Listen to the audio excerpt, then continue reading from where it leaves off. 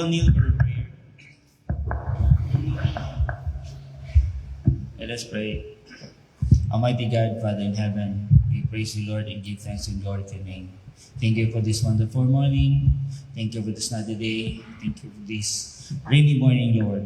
Lord, we pray that you be with us as we worship you this morning. May it be that your presence will be upon us, that we may be able to comprehend your message for us this morning. May it be that you bless the participants as they render respective parts, as well as this kneeling congregation. Forgive us, O Lord, from our sins. In Jesus Christ's name, our Savior, we pray.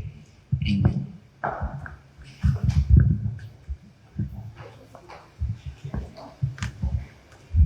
Happy morning, everyone. We welcome you to our morning devotional. Even though it's raining morning, daghan pag still coming. And thank you for attending the devotional early. Our devotional is sponsored by the Purchasing and IT Department. Our program has been started by this inspiration by our chorister, Ma'am Josephine Telod. Then, opening song, The Lord in Zion Reigneth. Then, the opening prayer by Sir Galen Ray Calacari.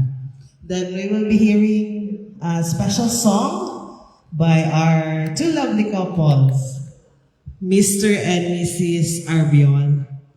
Then, we will be hearing message from Pastor Handel Ken Cabrera.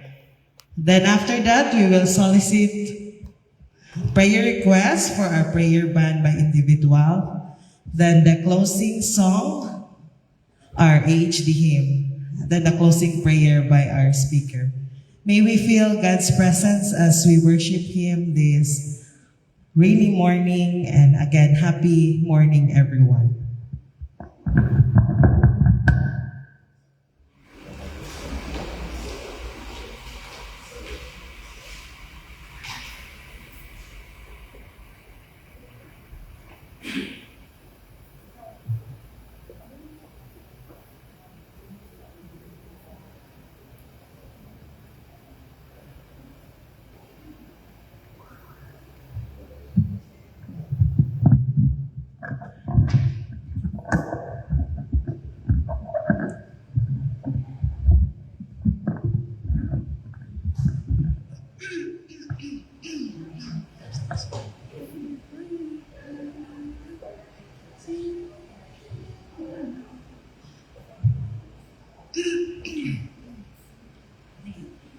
When I look back to see the way that He has led me, I bow my head in gratitude and pray.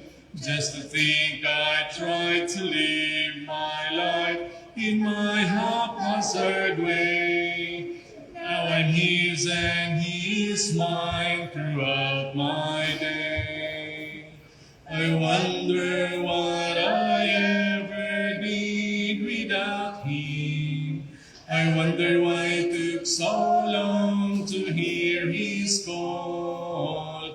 Ooh, I wonder what I ever did without Him. It seems that all I did was depend on the ups and downs, the doubts and fears, they all surround me. I didn't even know which way to go. Till one glad day Christ came my way and He assured me He'll never ever let me go. He loves me so.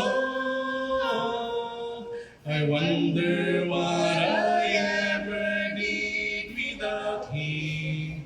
I wonder wonder why it took so long to hear his call. Ooh, I wonder what I ever did without him. It seems that all I did was slip and fall. I wonder what I ever did without him. I wonder why it took so long to hear his call.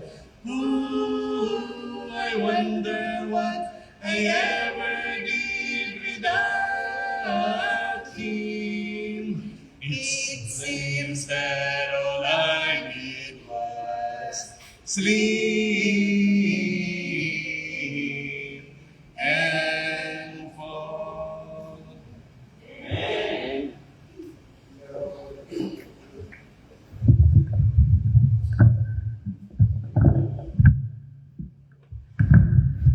Happy morning, everyone. It's a cold, rainy morning, pero sa tanan weather, para lang ni sa kuha, dili tanan. Mo niya ako sa pinakapaborito na ako nga rain. I mean, na temperature sa gawas. Kay, dili po tanan. No? Not all the time, but when it comes, it is one of my most happy moments. Anyway, salamat sa Abriel couple. No? So, then nag-ask si Ma'am, kabalo ka rin na kanta. Ma'am, alanganin man, wata ka practice.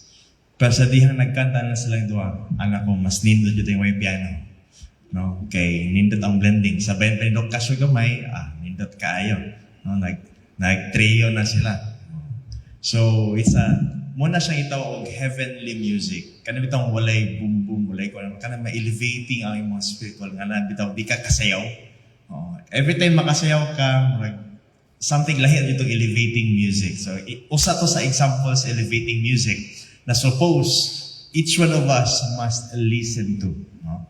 Kay padulong man ta sa langit. So, the key text is found, karong buntag, it's found in Revelation 22 verse 14. Ingon din blessed are they that wash their robes, that they may have the right to come to the tree of life and may enter in by the gates into the city. No?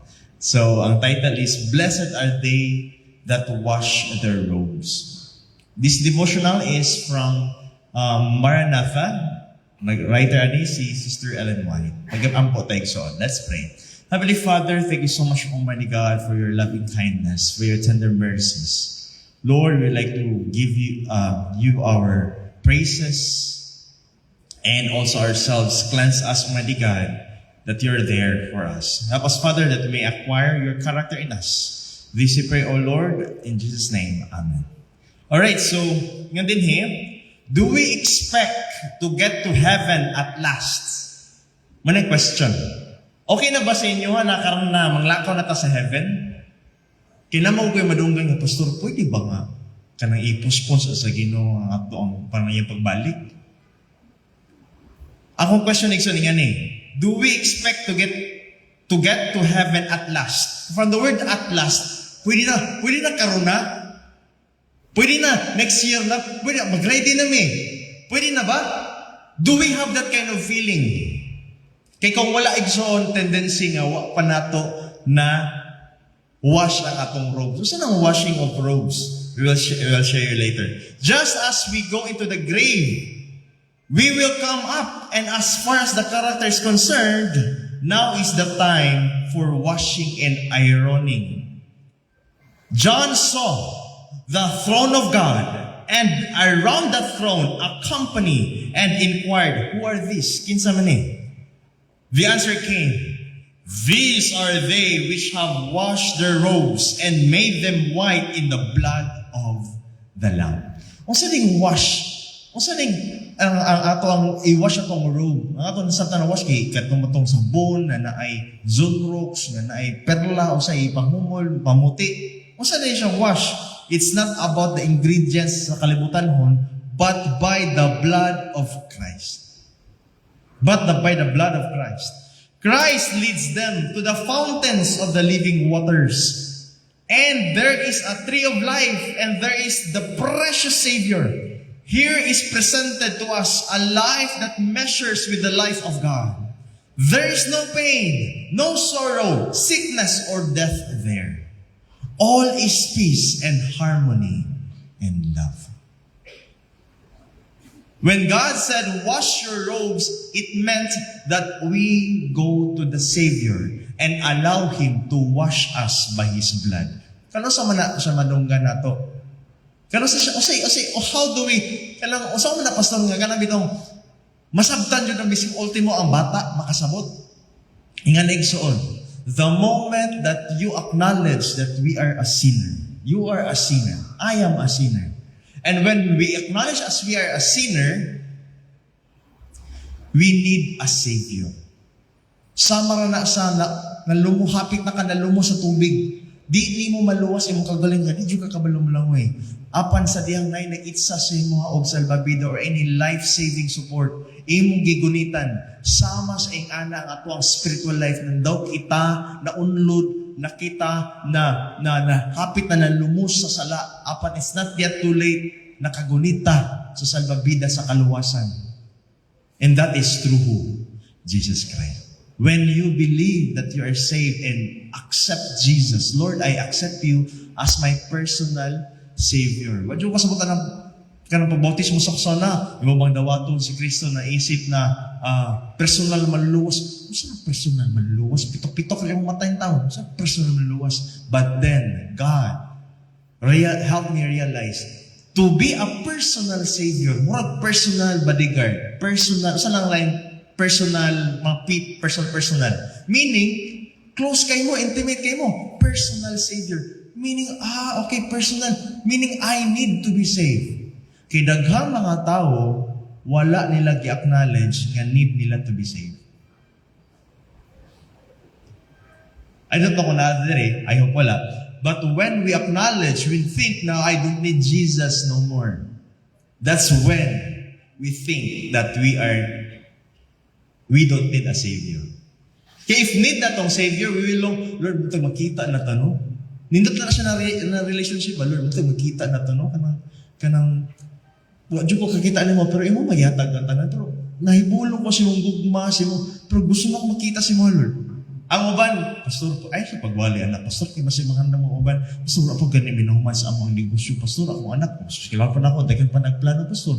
Ay lang sa pwede ba later na lang maabot ang Ginoo? Kanang nag-wish gikan ang later na, meaning, hayahay ra kay kasi mo kinabuhi. Hawabot atong hawat atong mga kinabuhi, atong mga pamilyang ipang patay. Hawat atong nag-struggle karon. Hawat ang mga slaves karon. Namatay new slavery karon. Dila siya gitawag slave. O sa gitawag na human trafficking. Hawat atong mga bata na mga babae, hawat atong mga gipang slave karon na mga sa taga na napay nga work na related nga white sweldo gipatrabaho lang o dili bunat. This kind of form of slavery. How about those people who yearn for salvation? Nag-ampon, Lord, please balik na. Pero kita mo nga, Lord, pwede later na. Do we compare? No? It's like, para sa kuha, sa kumpoy, kung mag-wish ko nga, Lord, later na ka moabot ba? It is a selfish part on me. How about those who are suffering? They yearn for peace, love, safety. Yet kita mo yung tanga, Lord, pwede later na? No. That should not be. Now is the time to receive grace and strength and power to combine with human efforts that we can form characters for eternal life. Ang character na para sa Ginoo igsoon, kay mo gusto siya i-form niya character sa tuwa. Ang character na gusto niya ipakita is kanang willing na ta, gana ta makikita siya, nag-ready na ta to love and to wait. Ingon ta nga, Lord, unya na ka, delay na tong pagkaming Jesus Christ. That is not a character of Christ. It is a selfish kind of character. Why? Because people are yearning for salvation. Yet kita mag-delay ta, no. That's not the case. No, that's not the case. Ingon din when we do this, we will find that the angels of God will minister to us and we shall be heirs of God and joint heirs with Jesus. And when the last trumps shall sound, And the dead shall be called from their prison house. Prison house meaning death, no? Kamatayan, banhaw sila.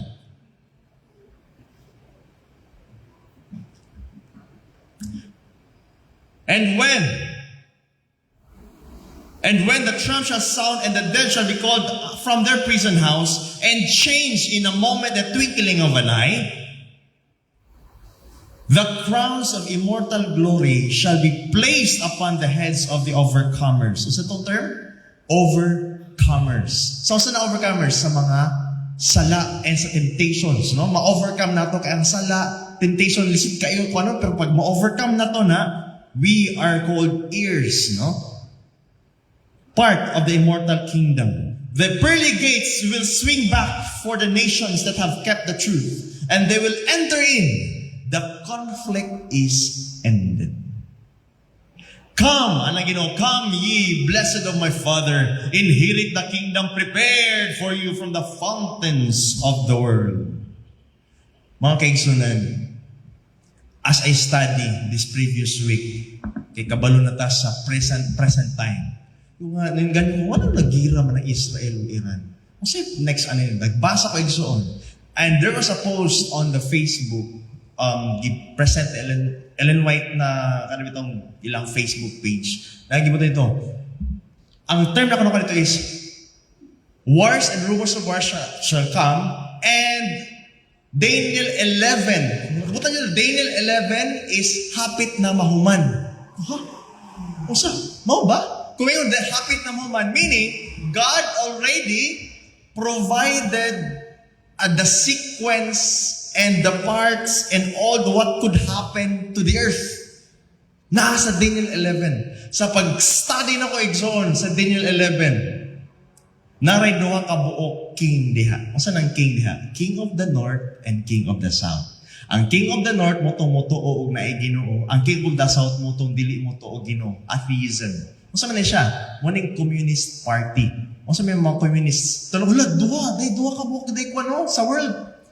Ang moto og Ginoo kaning naa sa western part, ang sa eastern part mag-clash yun na siya.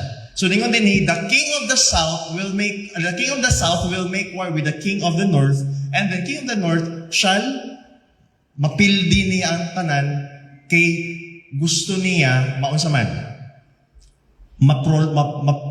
It's a sensitive ako na i-summarize niyo igsoon. So nga akong ginahulat dili ng Iran ug Iraq. Ang akong ginahulat ang kanang ma-abolish ang communism, it will be done through what? Basahan niyo Daniel, lalo sa Daniel 11 verse 40 onwards, no? Daniel 40 onwards. And then makinggan din nga pag mahitabo na siya, loud cry will happen. Kay dili man di ako na-realize, Lord, ganun kinahanglan pa man, ikuan sa king of the north, ang king of the south, kasi din na, i-abolish ang atheism. Okay, nasabtan na nato. Kay para makasulod ang mensahe. Hindi makasulod ang mensahe sa Russia, China, karon di kasulod ang kuan ay ginapreso biya. Kabantay mo? Ginakuan? So when that happens, the doors will open for the loud cry. When say loud cry, the message of Jesus Christ coming, the love, the salvation the gospel of the kingdom will be preached, and after this, mga kaigsunan, Jesus will come. For narata diha part, before, wala pa na, ang Iran o Iraq, dili. Ang akong gikulbaan naman, akong bantayanan is when the America will now. So, Pastor, buto kag World War III? I don't know. Basta kay the Bible saying there will be wars. And the king of the north will overcome. Okay. So, dili na ko na may igaysinatan ka ng isuot. It's just gamay lang, the taste of it. But I'm telling you, the gist of this is this. Jesus is coming very soon.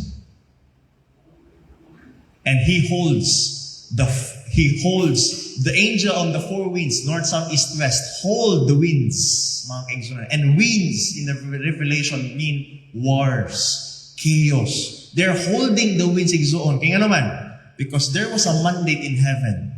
Jesus saw the remnant na wa pa nasilihan. Nakita sa Ginoo ang mga, kung saan ang remnant, mutuo sa Ginoo ang wa pa nasilihan. Meaning, wa pa ang karakter sa Ginoo.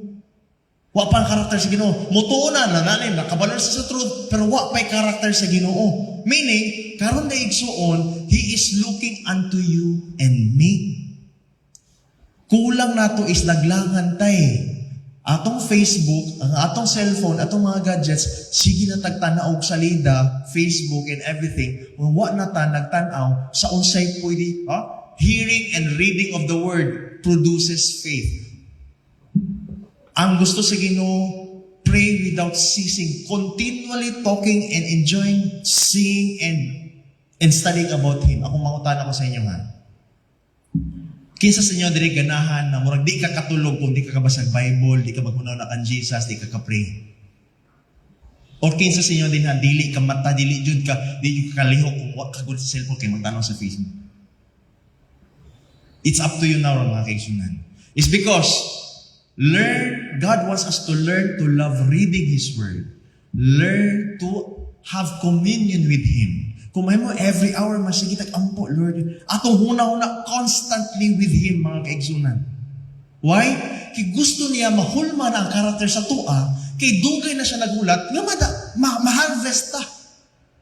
The fruits of the Spirit, love, joy, peace, long-suffering, gentleness, meekness, faith, gusto niya ma-produce na sa tua. Yet kita, naglangan ta, nag-focus pa kayo ta sa, okay man magtrabaho ta, pero focus kita sa problema. Wa ta focus kita sa worldly things ba? Wa ta naghunaw na bitaw nga, Jesus is soon to come, mag-focus na dito, we will do what we can para mas mapaspas ang pagbalik niya. I'm not saying na kung naman negosyo undang. No. God doesn't want us to be idle, but God wants us to form the character. What we have right now needs to be what? In communion with Jesus. Ingat din niya? Ana si Jesus, come ye, blessed of my Father. Inherit the kingdom prepared for you from the fountains of the world. Ingat sila naman, do we want this benediction? Gusto ba ka ani? Ingat sila, come, blessed of my Father. Gusto ba ta ani? May God help you that you may fight the battles of this life and gain a victory day by day, and at last be among the number that shall cast their crowns at Jesus' feet, and touch the golden harps, and fill all heaven with sweetest music. I want you to love Jesus. So I want you to love Jesus. Do not reject my Savior, for He has paid an infinite price for you. I see in Jesus much less charms, and I want you to see these charms. Nindot kay Igsono na kung ma-feel lang yun nato, ana sila may kung makita lang niyo, kung maka-experience lang mo siyang charm, kung pagkakita niya kan Jesus, like, kung maka-experience lang daw kuno ta, bisag nakakakuan ta kan Jesus, He is the sweetest and most charming, and angels love to be with Him. Kana bitong, kanahan ka mag-uban-uban niya. Kung ma-taste lang daw nato na, bisag gamay lang, we will long for Him. Just like that of Moses, nakita lang niya. Bisag gamay lang about Jesus. Ang iyang ginon, faithful, true, just, and righteous are you, O Lord. Ang karakter ang iyang nakita. Makakita lang tayo sa gamayang glimpse. Mga isunan, I am excited to be with Jesus. Sa una, tigdala ko sa makumakauban sa impyerno. Mga classmate, pag anto, lakaw ta, sumbaga na, nakawata na, Karon yung bisuon, lahi na. I am going to let everyone to be with me in heaven. I invite everyone. I am doing my best. Just do your best. And hand in hand, together, by the blood of Christ, by the grace of Jesus Christ, we prepare ourselves and we will be with Him in heaven. As we work today, show Jesus in you. As we serve our customers, clients, patients today, let us feel the love. Let them feel the love that Christ gave to you. May the Lord bless us. Happy morning.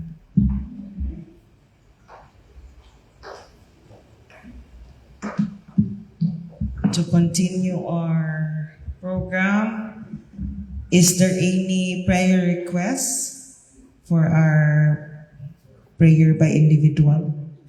Gina Tipdas. Gina Tipdas, admitted here.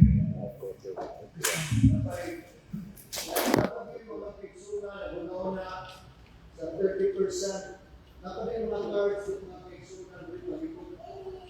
Kanina, napay itong mga kaigsunan na yung mga cards.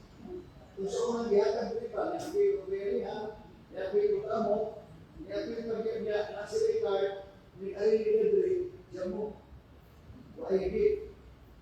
Diyan mo, wala. It's not valid. Kung na ano kaya po sa kaigsunan, kung nakikita ninyo, isa pa, sige po, libot-libot pa. Sa Kuyamas Church, arang-arang na nangyay mo dito, Pastor, na yung mga naalay sila diyan, ganyan to, with due respect to the leadership before, na once you have that card, you're entitled to 30% discount dito sa sila. Pamanong kayo mo kita. Let us pray that somehow this could be erased and that the mga brethren will understand that this is a hospital and that we have consulta package to answer the call. Kaya ba, consulta package, kung nalitubag na, we can come anytime. Okay? Nanapod, ato na kung sumado dito sa Kaliman Church, iyo na po kaya na, Pastor. Layo, hindi na kayo mudo din, Pastor. Waman mi tagari ang oportunidad na maka-amog guard na amog sa utawa. Okay? So, nagkakong kayo na rin. Nato ko binibutong na rin. Binibutong ko rin ito antod sa mahulog na. Let us pray for that. Ako na, challenge ito. Mga way na brethren kayo mo pag-wait ko ba? Wala na, let's reverently kneel as we have our prayer by individual.